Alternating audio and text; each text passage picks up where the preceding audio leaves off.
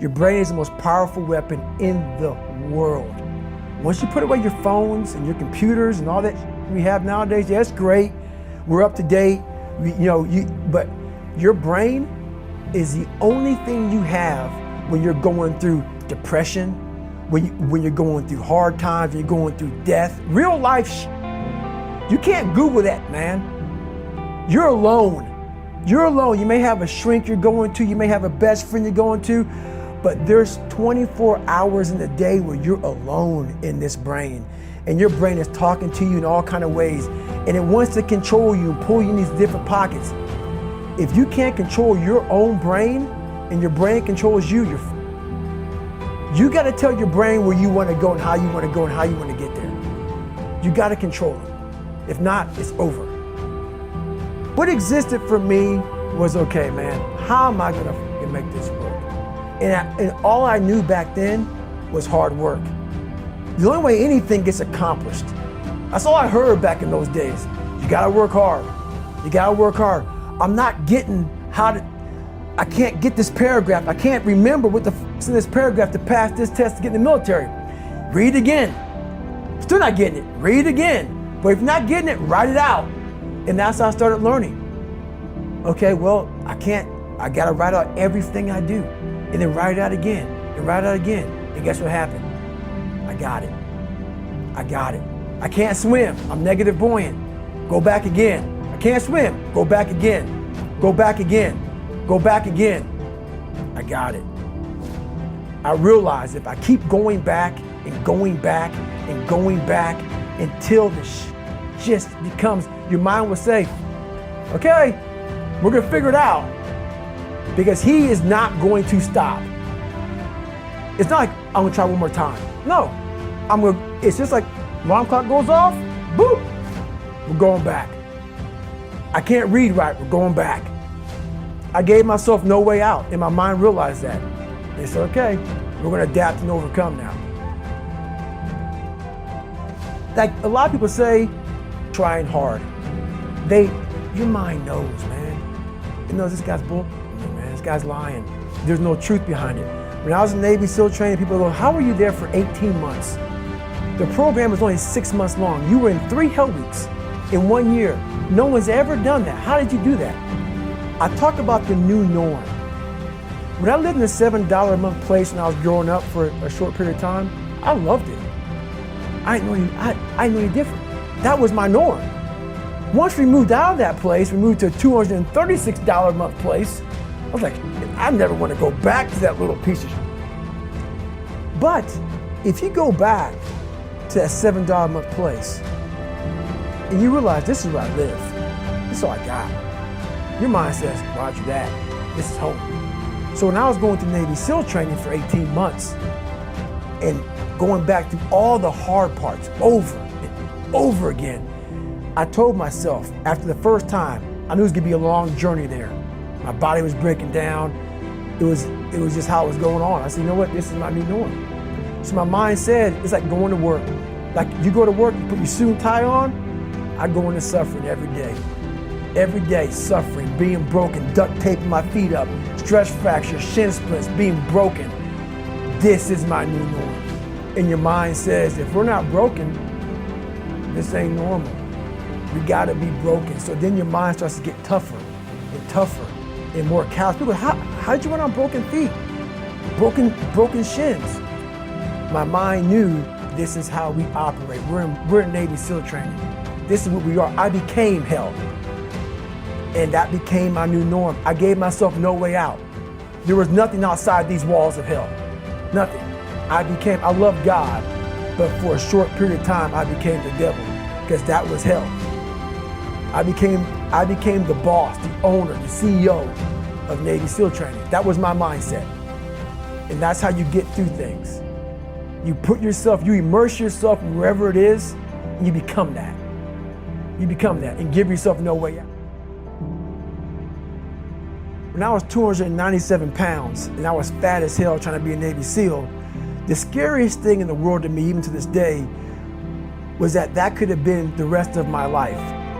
I thought then I was trying hard. That's the scariest thing in the world.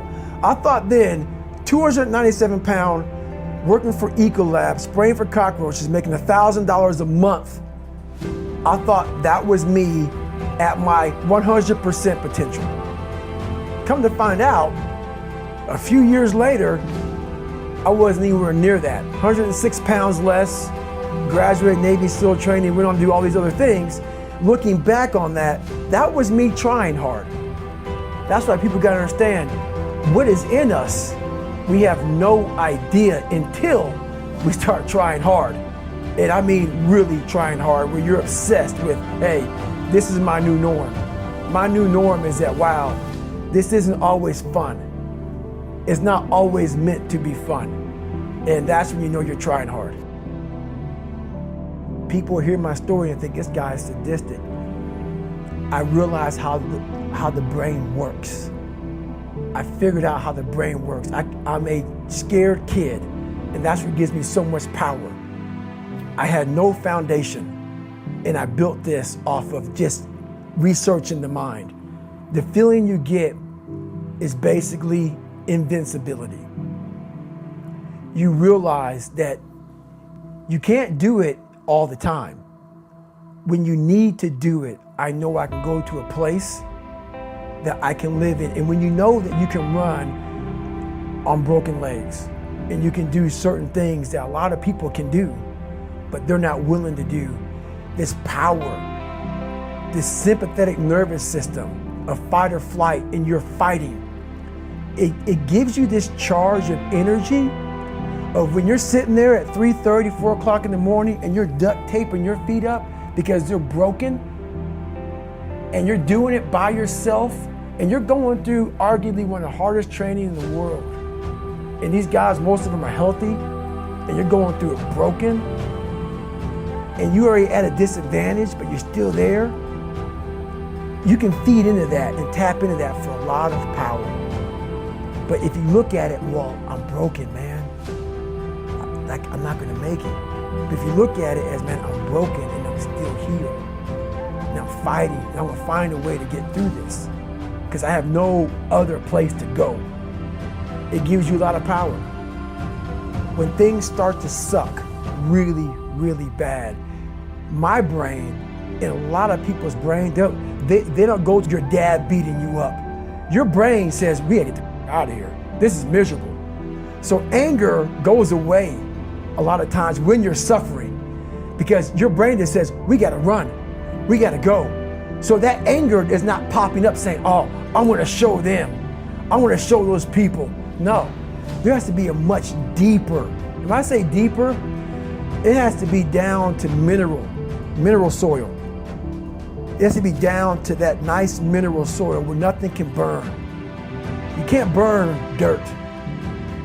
So it has to be down that low, that literally is something in you that's at the core of your soul. But you don't find it unless you spend a lot of time with what you want to be in life. I can't give that to you. Right. You can't give it to somebody. When you find your true passion in life, and my passion for me was like, oh, I want to be, I didn't give a Navy SEALs, Army, I don't give a shit. I want to serve my country. I want to be someone that I'm proud of. I want to look at myself in the mirror because I was so disappointed.